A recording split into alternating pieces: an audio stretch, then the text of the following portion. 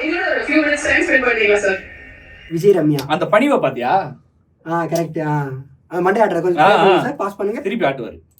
ஆக்சுவலா வந்து ரசிகர்கள் உங்ககிட்ட என்ன கேட்கணும்னு ஆசைப்படுறாங்களோ ஒரு 2 questions வச்சிருக்கோம். With your permission நாங்க அதை கேட்கலாமா? ஓகே. 33 வருட பயணம் அப்படிங்கறத நீங்களே சொன்னீங்க. இந்த 33 வருடத்துக்கு அப்புறம் இப்ப நீங்க வேற ஒரு மைல்கல்லை தொட போறீங்க அப்படிங்கும்பொழுது இந்த இடத்தை நீங்க விட்டுட்டு போற இடத்தை நிரப்புறதுக்கு யாருமே கிடையாதுன்னு நாங்க எல்லாரும் ஃபீல் பண்றோமா? சார் கண்டிப்பா சார் உங்களுக்கு என்ன தோணுது?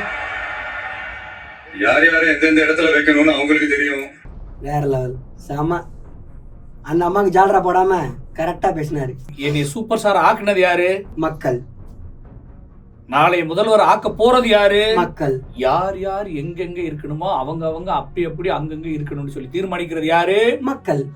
மக்களால் மக்களுக்காக மக்களை செய்யும் ஆட்சி மக்களாட்சி. அப்படி இருக்குதா? இல்ல. அதெல்லாம் அவங்க பாத்துக்குவாங்க. அண்ணா ஒரே ஒரு கேள்விண்ணே. ஃபர்ஸ்ட்னா நீங்க கொஞ்சம் கம்மியா பேசுவீங்க அப்படின்ற மாதிரி பாத்துருக்கோண்ணே.